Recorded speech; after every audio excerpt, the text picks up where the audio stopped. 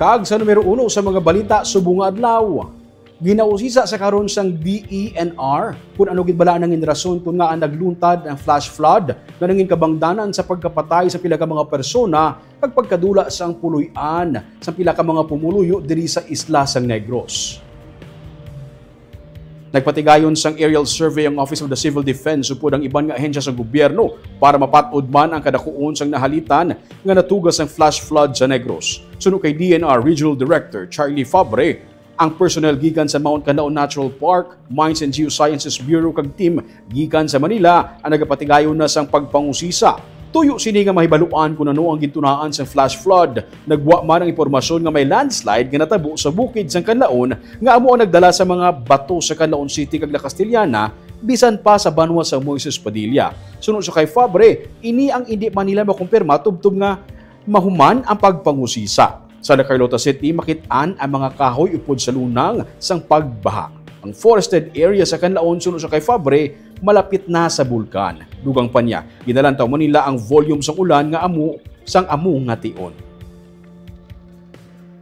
Pinapuntahan po muna namin sa tao namin, baka mali yung information natin maibigay. Actually, ang rainfall lang talaga, mataas yung rainfall. Pero yung kung galing sa Mount Canlaon, of course, galing sa, not for the volcano, ano?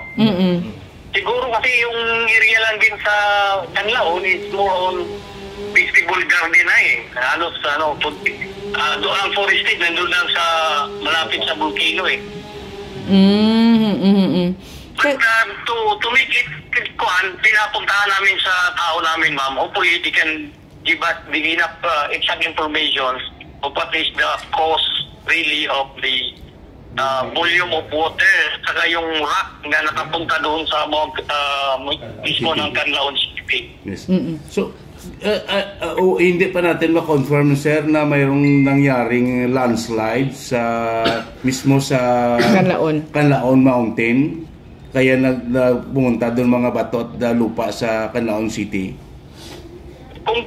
Kung sa malayo lang, sir, tingnan natin sa malayo, may mga landslide. But again, hindi natin makonfirm na yun ang dala ng mga bato doon sa mismo ng city ng Canlaon.